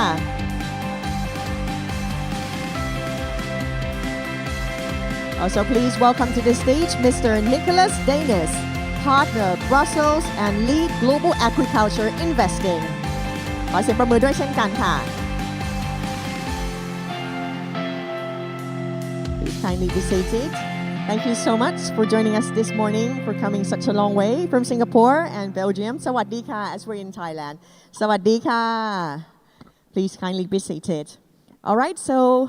let's begin with our first round of the Executive Dialogue, Asia Shifts Post COP30. I would like to start with energy and industry. So as this sector underpins progress across all others, following the recent COP30 negotiations in Belém in Brazil, so the world is looking for a concrete implementation. Can we start with Dr. Praveen, please, based on your intelligence on S&P Global's latest energy scenarios? Where does the world stand today, and most importantly, how aligned is Thailand with these global climate ambitions? Could you please? Sure. Sawadee Krap. Good morning, everyone, and Happy New Year. First of all, I would like to congratulate PTT Group of companies for putting together such a stellar event. The audience is very engaging, and we would like to, as S&P Global, we would like to thank you for having the opportunity to come here and present to you some of our information and insights. Now, before I go into the core presentation for today, I just want to spend a couple of slides just to introduce our organization. So, S&P Global Energy is one of the 5 children of S&P Global Group of companies. We are known in the market for the indices that we provide that companies use to transact. So the S&P 500, we have platforms which organizations use to study health of companies, such as mergers and acquisitions, divestitures. And then we have a mobility business that looks at electric vehicle trends, passenger vehicle trends, and of course our S&P 500 index. Energy is the only business of S&P Global that specifically looks at commodities. And we basically provide a lot of information on data, insights, as well as forecasting. Our clientele, our client organization primarily consists of international and national energy companies, trading organizations, financial institutions, as well as, government regulators and bodies like that. Now, if I were to just say in a nutshell, the markets that we cover is what you see on the right, so about 13 commodities, and we disseminate the data in form of reports as well as forecasts as well as fundamentals data. Now with that, I would like to get into the crux of today's discussion, which is the Conference of Parties, the 30th Conference of Parties, which was held in Belém in Brazil. Now, this was a milestone event because it marked the 10-year anniversary since the Paris Climate Agreement was formed, where the decision was made that countries must come together to limit global temperature rise to less or equal to 1.5 degrees centigrade. There have been substantial number of meetings and discussions since. If you remember the COP28, which is 2 years ago, which was held in Dubai, that is when they did a global stock take for the first time, and it was realized that we are very far behind in terms of our ambition. So the COP30 was as such known as the COP of implementation or the COP of action, where countries would come together and they would have a plan. In the build-up to COP30, you had the NDCs, or the nationally determined contributions, as we call it. A lot of countries will submit their NDCs. This is basically their commitment on how they will mitigate climate change. And you had the first round in 2015. 5 years later, there was a second round in 2020. And then for COP30, there was a third round submitted in the one we had last year. So every 5 years, they've been doing an NDC submission. Now, to me, there were two things which I would like to highlight from COP30. First is countries generally did not agree to a fossil fuel phase out. So countries are generally being very resilient towards fossil fuels. And when I say fossil fuels, I'm talking primarily about oil, coal, as well as natural gas. So they will continue to be in the National Building Plan. And the second thing was that a lot of countries have ambitions, but action is where they are falling short. So the ambition gap, as we like to call. Now, if you see on the chart, there is a nice little progress bar there, which kind of shows how countries have been progressing towards COP30. It was not all bad, though, because a lot of countries agreed that we need to really start building up on things like renewable energy capacity, as well as trying to decarbonize the power sector heavily. Now, what I want to say with the next slide here is this is where we explore how the world is doing when it comes to tackling climate change. Now, the first curve that I want you to look at is what we call as the net zero 2050. This is what the world needs to do if we need to have net zero truly by 2050. And if you see the data there, if you look at the TPED, or as we call it, total primary energy demand, which is the last row, you need to have a total primary energy demand declining by 18% versus where we are today, okay? And the extent of fossil fuel has to be 15% of the total primary energy demand. Now, when I say fossil fuels, I'm talking again about oil, natural gas, and coal. Now, we cannot imagine fossil fuel declining to that kind of a level if you look at the way the world is today. And to put this into a little bit of context, to make it easier for you to understand, the last time you had this kind of a drop in consumption pattern was during COVID. Now, we know what a horrible period of time that was, when we had basically no vehicles on the roads, there were no passenger traffic, there were no flights, and generally economies were in slump. So we don't want that, and therefore, realistically, we don't think, S&P Global doesn't think that a net zero by 2050 will happen. Now, what I want to bring your attention towards is the orange line there, which we call as the CI base case. And that is where we actually see a total primary energy demand growth of 17%. And where 52% of that primary energy demand would be from fossil fuels. Okay, and that will lead to a temperature rise of 2.5 degrees. So that is what we are realistically looking at if we are looking at business as usual from today's point of view.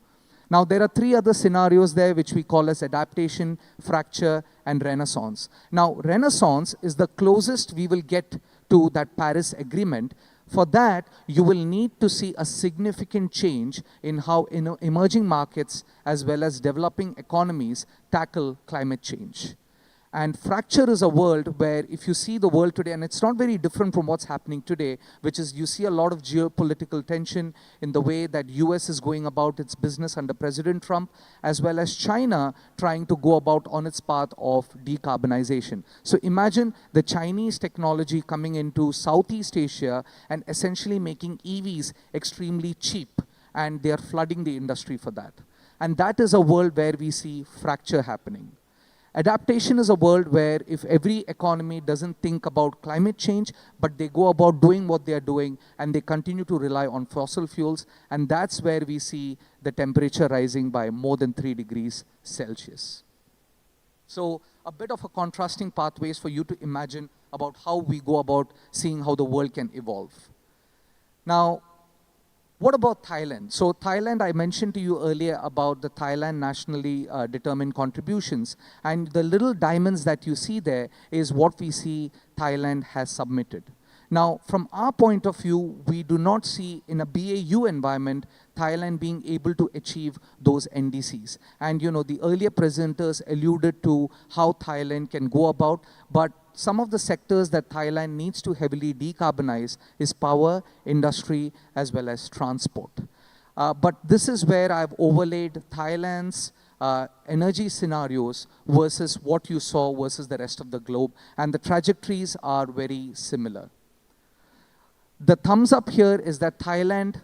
unlike many other countries which failed to meet its NDC deadlines, was able to submit its NDCs well before COP. The downside, as I mentioned earlier, in our base case scenario, we do not expect Thailand to be on track to meet its target.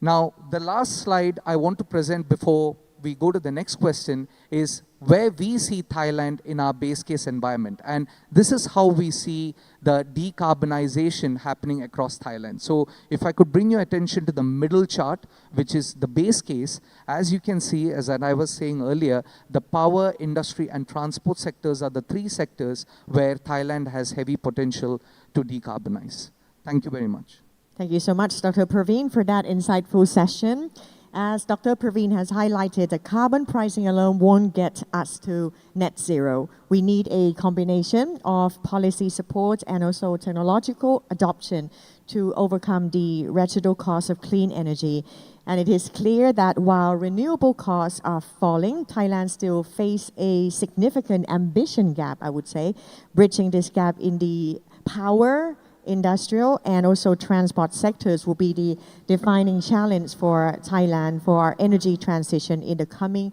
decade. So now let's shift our attention to our next speaker, Mr. Wen Tan, who will show us how the private and the public sector and also the transportation industry are responding. So please show us how record-breaking investment and falling technology costs are actually accelerating the transition in Asia. So let's hear from Mr. Wen Tan from Bloomberg NNF. Thank you, Lisa. So firstly, I'd just like to express big thank you, and we are deeply honored to be invited today to share our views of energy transition. And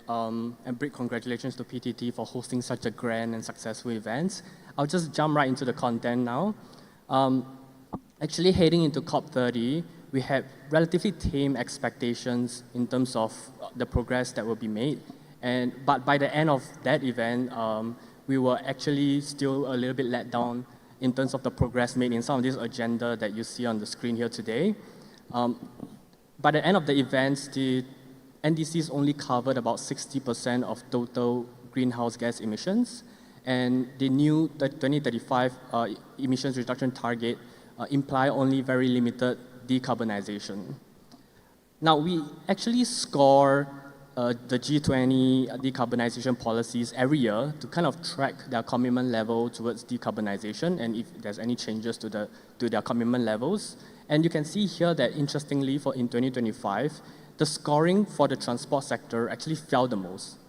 And this is due to a few key developments. So in China, they have something called the vehicle scrap rate scheme, where consumers can trade in their old gasoline car for a new electric vehicle at a subsidized rate. Many provinces, or quite a few provinces, have started to cut back on that program already. In the US, the federal EV tax incentives actually expired in September, and in the EU, the regulators have started to ease their stringency on the fuel mandates for the automakers. So all of these key developments actually led to the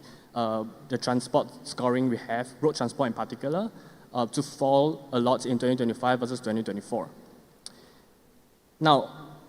before I kind of express or share our views on what this means for the future of the transport sector in terms of electrification and in terms of emissions, I'll just quickly introduce our base case scenario for energy transition, which is what we call the economic transition scenario. We update this scenario every year, and this scenario is basically a modeling exercise where we kind of imagine energy transition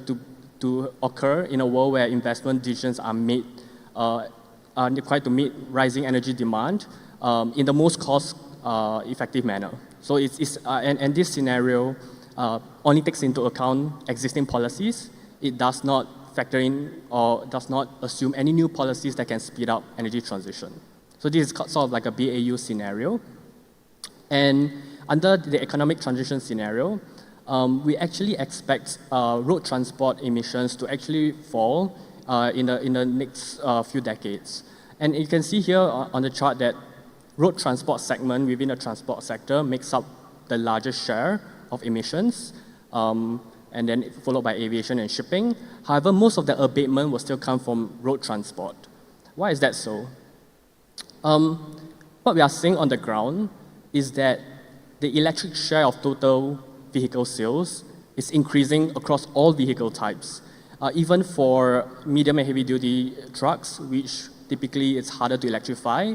due to energy density issues and the natural workloads of heavy and medium and heavy duty trucks, but it's still on an uptrend. And generally, as battery technology improves, the technological feasibility of electrifying trucks actually increases. On the other side, 2- and 3-wheelers and passenger cars are relatively easy to electrify. And moving ahead in the next several years, we expect the trend of electrification to continue. And a key reason for why we are so optimistic in terms of the electrification story is because lithium-ion battery pack prices have fallen significantly over the last several years. What we have observed is that when the cumulative deployment of batteries doubles, battery pack prices actually falls by 18%. And this is what we call the learning rate, which is 18%. There's a nuance here where as the market expands and becomes larger, there's more time elapsing between each doubling of the cumulative deployment, which would in turn slow down the year-on-year decrease in battery pack prices. But even then, the trend of battery prices trending lower will continue to persist, at least in the next several years, and that will actually lead to the cost of EVs falling and make it more economically attractive, at least as compared to gasoline and diesel cars. So that is the upfront cost for EVs, and in markets like China, the upfront cost of an electric vehicle is actually cheaper than a gasoline car of the same size, just flat out. And beyond the capex and beyond the upfront cost of the car, we also have to look at the operating costs, the running costs of using an EV. So here we are looking at the cost of charging an EV versus the cost of refueling with gasoline. And here you can see across the board, home charging and slow public charging is actually cheaper than refueling with gasoline. However, for public fast charging in Europe and the US, it's actually still more expensive than refueling with gasoline, but still we expect with larger investments into charging infrastructure, cost optimization and cost decreases can be achieved. But you can see that in markets like China,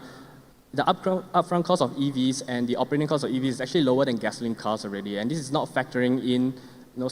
additional functions that the EV may have, for example, karaoke systems or like seat warmers and that kind of stuff. So even in the absence of policy support, we expect that at least in the passenger car segments and a few other key segments that are easy to electrify, the trend of electrification will still continue to persist.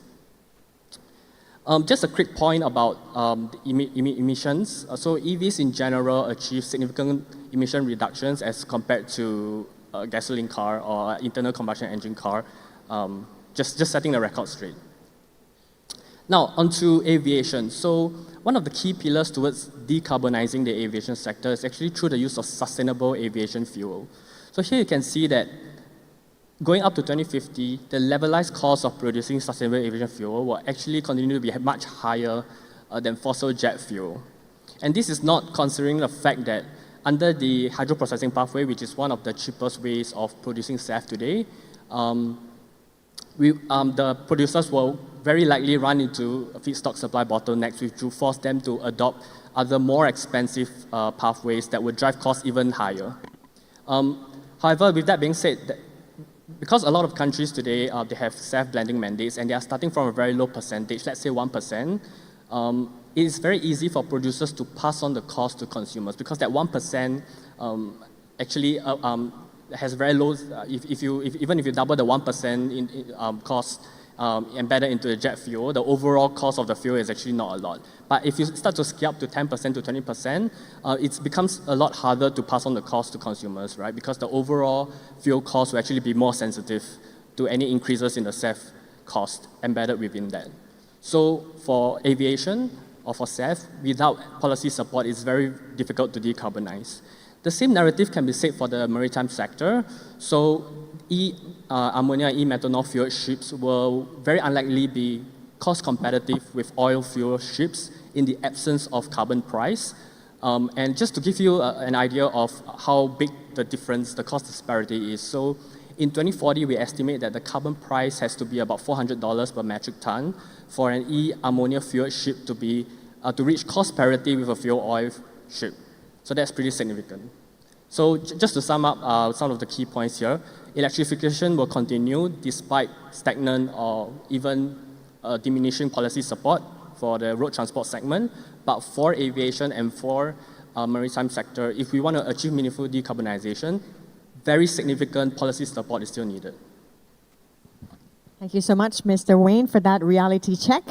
It is clear that while the international policy stage at COP30 was a little bit disappointing, a bit of a letdown, the economic case for renewables and EVs remains unstoppable due to the falling costs that Mr. Wayne just presented to us. Thank you so much for your expertise. So now, from that we've seen a massive flow of capital into the energy and EVs, another critical piece of the sustainability puzzle lies in how we manage our land and feed to the world. So, Mr. Nicholas, Dennis would like to get your perspective on the progress we're seeing in land use post COP30. Could you please?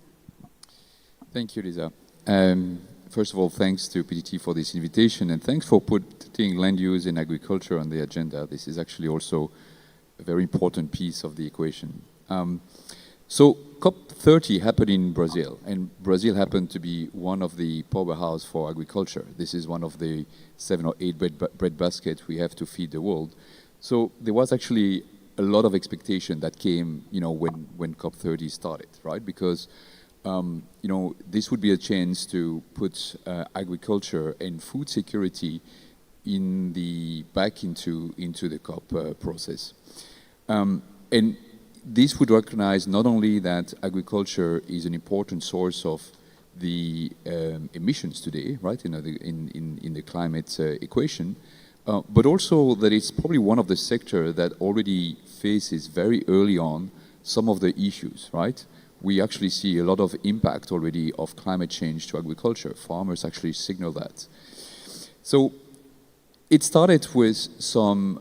positive signal. There was, for instance, the Belém Declaration for Hunger, Poverty, and Human-Centered Climate Action that actually, for the first time in the COP process, was actually putting together the concept of food security and the concept of climate action. Right, so that was actually used to be two debates, and these were brought into one single debate. Now, before I go then to how we ended the COP, let me actually come back on why we think agriculture is an important element into this debate. So first of all, globally, it represents 20% roughly of the global emission. And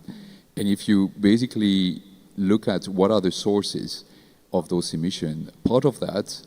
70% or so of those emissions can be explained into 3 big groups.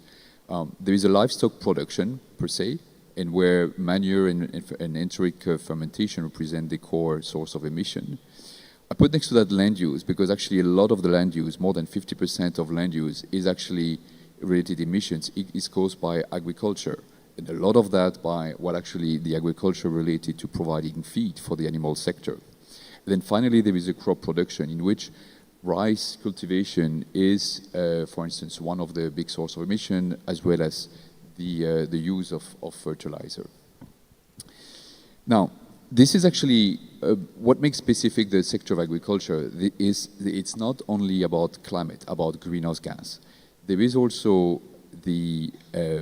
agriculture is responsible for trespassing some of what we call the other environments or planetary boundaries. So the first line of this graph is actually climate, so greenhouse gas. But next to that, you see all the other components that actually planets where we have finite boundaries and a bit of the reality check of where we stand. Now, each of these bars represents where we are versus the yellow line and the red line, which are, the limits of the planets. And you see that the blue part of that is the share of agriculture. And so what you basically see is agriculture is responsible not just about greenhouse gas emission, but also some of the, trespassing some of the other boundaries like biodiversity, freshwater use, or the cycle for phosphorus and nitrogen. Now that we basically understand the role of agriculture, so what was the findings or the impact of COP30? Well, actually, at the end, there was, while people recognize the role of agriculture, there is actually very little that was actually recognized in the final declaration. There is, if you basically take the global multi-RAO, so the global efforts, so the final text that was concluding the COP30, there is actually not a single reference to agriculture and food, right? So this is not something that has been actually a priority in this final, let's say, agreement. But that being said, while there is actually no specific outcome delivered from this formal negotiation process, there was actually a couple of initiatives that actually were, more voluntary-based initiatives that were actually quite interesting. So, for instance, there was like the RISE, the Resilient Agriculture Investment for Net Zero Land Degradation, that was actually trying to put together some of those limits that are on this slide, right? Some of the, putting together biodiversity, land degradation, prosperity, and food security. There was, for instance, also a tropical forest fund, a forever fund, that is so far the largest forest finance mechanism that was created, Brazil-based, and that was actually kind of giving a bit of a subsidy for standing tropical forests. And there is also a Belém Declaration for Fertilizer that is a UK Brazil-based initiative to promote the use of the development, the production, and the use of clean fertilizer. Now, this absence of agreement was, as I said, compensated by some of these voluntary initiatives. If we basically look at some of the curve of scenarios for global emission, clearly they will not lead us to the Paris Agreement, right? They are not putting us on track, right, in terms of the speed, pace, and magnitude. But at least it gives a signal to the markets, it gives a signal to some of the regulators of what can be done. And it's largely driven by stakeholders of the industry. Now, the reason why we see some of those initiatives possible is, I'm trying to go one slide back, but it doesn't work. But anyway, the reason why we see some of this initiative being successful is actually because more than 50% of this of the initiative can actually be ROI positive. So you decrease the cost of food if you implement those initiatives. Now there is, to complete the picture and to complete what we need to do for agriculture, you basically have some other initiative that makes the food more expensive, but a lot of the things is based on existing technologies that can actually be beneficial for food production. Now, so the real challenge is therefore different, right? Because the technology exists. This is not about a sector where we need a lot of more innovation, more new invention for making agriculture sustainable, but it's about implementation. And it's linked to the very nature of the world of agriculture. It is fragmented and it's conservative. But put yourself in the shoes of a farmer, right? You make one decision a year and you literally bet your farm and the livelihood of your family when you make a decision. So the fact that levers exist and they are actually making food more affordable is not is not enough to actually make them implement it at large scale. You need actually to have some mechanism that share the risk or supports the transition periods until those positive ROI comes to bear. This is what we need to work on to make sure that we actually get on the right trajectory for agriculture.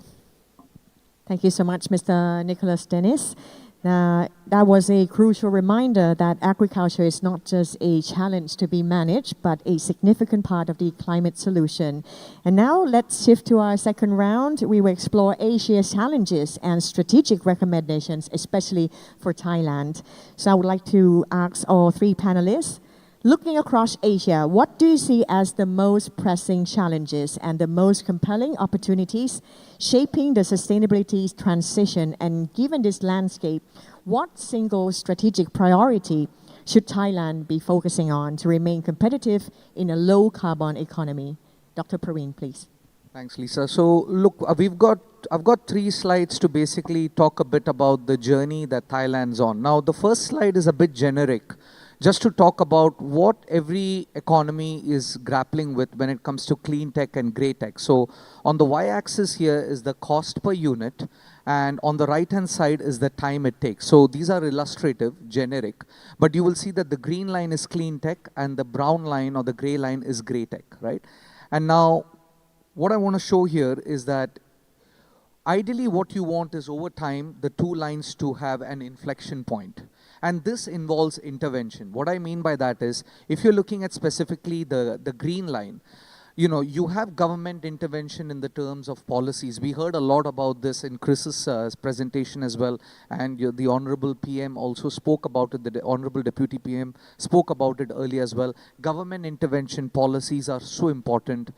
You had the IRA in the US. Singapore, for example, through its Marine Port Authority is also implementing bunkering policies. So that is the first thing that brings that green line down. You learn by doing. Efficiencies come in, and over time there's economies of scale that help in bringing that green line down. Now at the same time, you want the gray line to go up as well. And how does that happen is you start phasing out subsidies that exist in fossil fuels. So you kind of make people get de-addicted from subsidies. You have carbon price, which comes in, which Wayne alluded to as well. Carbon price is so important. And the third thing is about looking at the descaling of economies. And what I mean by that is, if you look at something like a sustainable aviation fuel, now today you produce a lot of jet fuel, and that jet fuel gets blended into to produce sustainable aviation fuel. But over time, what we are talking about is that addiction towards gasoline and diesel is going to come out. Now, as a refiner, you cannot keep producing jet fuel for SAF without producing petrol and diesel. So this is something which countries will have to look at, economies will have to look at, and they'll have to manage that pathway. Now with that, I want to specifically get into 2 slides on Thailand. Now the first part is on power. Now we heard a lot about power sector, decarbonization of power sector, and how everyone looks at. On the left-hand side is your levelized cost of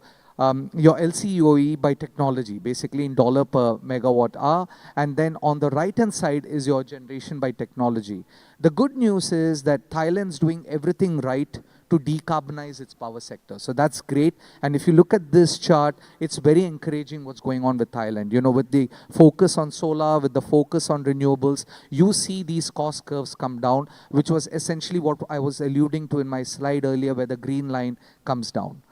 The bigger challenge that Thailand faces is in the industrial sector decarbonization. Now, on the left-hand side is the carbon tax, and I have deliberately put there the EU carbon price versus what the Thailand carbon price is, because the EU carbon price is very limiting. It's basically a very high price. It's a ceiling price, and because of that, of course, you will see things happen in the EU a lot quicker. With Thailand, the challenge that Thailand faces is that it needs to introduce a carbon tax in a phased manner where it makes it, the energy trilemma, which we call about, right? Which is sustainability, affordability, and at the same time, access to energy. All of that needs to be handled. So,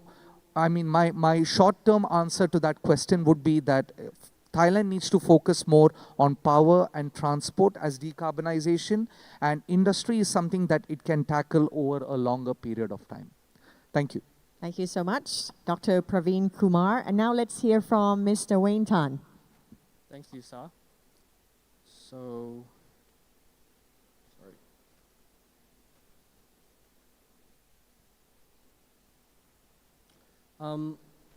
Just a second. So, I think one of the grand challenges for Asia, and that includes Thailand, is how can we create a system that can sustainably meet the ever-growing demand for energy and for mobility, while at the same time optimizing and lowering costs, as well as any any potentially negative impacts on the environment and the climate at large. And before I kind of jump into some thoughts about that question that I just raised to myself, I just want to share some key findings with you with regards to the levelized cost of electricity production. So this chart here actually shows the levelized cost of electricity produced by different technologies, or what we call the LCOE. And I'll just highlight some key observations from this chart. So in 2009, the LCOE of solar was actually above $400 per megawatt hour.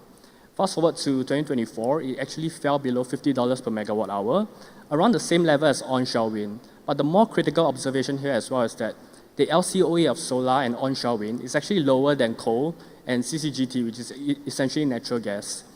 Now, if you look closer into the more recent time frames, you can see that the levelized cost of energy storage or battery storage, as well as offshore wind, is actually trending lower. And while it's still higher than fossil fuel-based power generation, the gap is closing very fast. So that's to say that renewables, depending on which technology you're talking about, is more cost competitive, if not very close to being cost competitive as compared to fossil-based power generation. Which leads us to our finding that renewables is actually the cheapest source to meet new demand almost everywhere in the world. For almost every country in the world, renewables tends to be the cheapest way to meet incremental power demand. And this observation is the same for Thailand, just that for Thailand, our finding is that solar is the lowest cost option to meet any new demand for energy, which brings me to some very quick conclusions here. The first is to simply electrify wherever you can so that more segments of the economy can benefit from the lowering cost of renewable power generation. However, with that being said, we have to ensure that there are no bottlenecks in the infrastructure. Things like grid capacity and whatnot has to be considered and has to be expanded in tandem with the growing electrification. The second thing is that while electrification of like transport, for example, like road transport is great and should be pursued, we think that investments in mass public transit systems is actually critical for most urban cities in Asia and including in Thailand. It is by far the most cost-efficient, emissions-efficient way to transport large groups of people from one place to the other. And when people have access to affordable and convenient transport, we lead to productivity gains, right? And the productivity gains can be realized and stacked up over a long period of time. The third is perhaps a little bit more specific to the clean power auctions in Thailand. We think that pursuing more price competitive auctions instead of just volume competitive auctions will actually lead to better price discovery and which will in turn lower the amount of power subsidies needed under the feed-in tariff system. So that's all from me. Thanks. Thank you, Mr. Wen Tan. And finally, from the agriculture and food system perspective, Mr. Nicholas Dennis. So let's be clear about one thing. So there won't be any sustainable path for agriculture if we don't maintain food security, right? Because every government knows that, no food security brings people on the street. And so there is no talk about sustainability without that. So we need to then think about, okay, what does that mean for the global land use equation? And globally, our perspective is, when we did some research on this, we might actually, by 2030, which looks far away, but it's not, because it's 5 decisions away for farmers, because a farmer makes a decision a year. We might actually be short globally of a cropland size of Brazil. So it's massive. Now, if we look at Asia, situation is the same, right? We basically see that there is the food system growth, trajectory is actually flattening, like in many other parts of the globe. At the same time, demand is rising, and we have compounding effect of geopolitics. If you take one by one those things, so climate change, as I said initially, right, is already taking a toll on agriculture. It's not just about lack of water in some place of the world, but it's also the level of heat, the level of drought that you get, that has actually an impact on supply. Demand is actually rising, not just because of the sheer growth of population, but also because of wealth of people, right? As people get more means, they actually consume more protein, and protein is the biggest source of emissions in agriculture. And then we have a compounding impact of geopolitics. Making efficient trade was actually an important lever for food security, and actually, we see less and less of that. So, what should Thailand do? For me, there is actually 2 priorities. So first, reflect on the land use equation. You need to think, if I simplify the land use equation issue, you need to think about 3 roles of land. One is to provide food security. So in Thailand, it's actually a lot about rice. 2, there is actually land that we use for high-value crops, which are important because it's actually fueling some of the wealth of the country and of the farmers. And three, we need to think about land for nature-based solution, capturing carbon with forest, reforestation, for instance. So first element is think about the land use equation. The second element is to think about productivity. And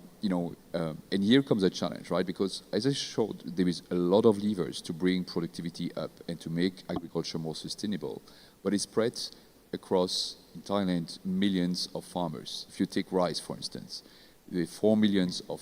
farmers that basically cultivate rice, and it's important base of the sustainability of the household. But Thailand is actually, compared to its peers, one of the lowest productivity country for rice production, which basically means that it is actually, because of the rice is emitting methane, Thailand is actually, one of the largest emitting countries when it comes to rice production. So this is important, and the technology exists. But as I said earlier, because of the fragmentation, because of the risks that farmers need to bear, you need to actually put some mechanism in place to incentivize the adoption, to manage the risk, to provide crop insurance, to provide mechanisms that sustain the adoption. But as I said, solution exists, and so land use and crop productivity should be, from my perspective, the two priorities for Thailand for agriculture. Thank you so much, Mr. Nicholas Dennis. Thank you to our three esteemed panelists. Today we've moved from the high-level ambition gaps from COP30 to grounded reality of battery costs and the future of our soil. It is clear that the transition is quite complex, but as we've heard from all the panelists, the economic and technological engines are already humming, right? Already on its way. So the big picture today is that the road to net zero is being paved by pragmatic innovation and strategic investment, whether it's through the clean power, smarter transport, or sustainable rice paddies. The future of Thailand and Asia depends on our ability to bridge these sectors together. And today, on behalf of our organizers, PTT Group would like to sincerely thank our panelists, Dr. Praveen Kumar, Senior Director, Asia Pacific, S&P Global Energy, Mr. Wayne Tan, Global Head of Oil Markets, Bloomberg NEF, and also Mr. Nicholas Dennis, Partner, Brussels, and Lead Global Agriculture Investing. Please give them a big round of applause. ขอเสียงปรบมือด้วยนะคะ Thank you so much for sharing your expertise, your time, your contribution. And thank you to all guests, the audience, for joining us as well. And for this session, I'm Elizabeth Sadler, Lina Anushai. I've been your moderator. Thank you so much. And now let's pass this back to Kunjun, our host. ขอบพระคุณมากค่ะขอเสียงปรบมือดังอีกครั้งหนึ่งนะคะให้กับทุกท่านบนเวทีค่ะลำดับต่อไปจะเป็นการถ่ายภาพขอเรียนเชิญทุกท่านให้เกียรติถ่ายภาพร่วมกันค่ะ I would like to invite all the speakers to please kindly give us the honor of taking a photo together at the middle of the stage. Thank you very much. เมื่อสักครู่นี้นะคะก็เป็นการเสวนาที่เต็มไปด้วยข้อมูลต่างๆที่น่าสนใจมากมายค่ะหวังเป็นอย่างยิ่งว่าการเสวนาในเซสชันนี้นะคะจะสามารถสปาร์คความตั้งใจในเรื่องของการรักษาสิ่งแวดล้อมแบบยั่งยืนค่ะเพราะเรื่องของการรักษาสิ่งแวดล้อมไม่ใช่สิ่งที่เราทำวันนี้แล้วก็จบวันนี้นะคะแต่เราจะต้องมีการวางแผนทำงานร่วมกันในทุกๆภาคส่วนค่ะไม่ว่าจะเป็นภาครัฐภาคธุรกิจองค์กรนานาชาติที่ให้เกียรติมาร่วมงานกับเราในวันนี้นะคะเพื่อการที่จะเป็นสีเขียวความสุขแล้วก็การพัฒนาอย่างยั่งยืนค่ะงานของเราในวันนี้ไม่ได้จบลงเพียงเท่านี้นะคะเราก็จะมีการเสวนาอื่นๆอีกมากมายในโอกาสนี้ขอเสียงปรบมืออีกครั้งหนึ่งนะคะให้กับทุกท่านค่ะ Thank you very much for sharing with us the insightful, valuable all the sessions that we had today. Thank you. และขอบพระคุณคุณอลิซาเบธด้วยนะคะขอบพระคุณค่ะการจัดงานในวันนี้ของเรานะคะเราก็ยังจะมีการเสวนาต่างๆที่น่าสนใจแบบนี้ในช่วงต่อไปด้วยนะคะขอความกรุณาทุกท่านกลับมาพบกันที่นี่ตอนบ่ายโมงครึ่งนะคะสำหรับการจัดงานในครั้งนี้ค่ะกลุ่มปตท.มีความมุ่งหวังเป็นอย่างยิ่งนะคะว่าจะสามารถจุดประกายแล้วก็สร้างความเชื่อมั่นในเรื่องของการพัฒนาอย่างยั่งยืนได้เพราะฉะนั้นเราต้องการตอบจากทุกท่านค่ะว่าต้องการปรับปรุงหรือว่าเพิ่มเติมอะไรของการเสวนาของเราบ้างเพราะฉะนั้นเราก็จะมี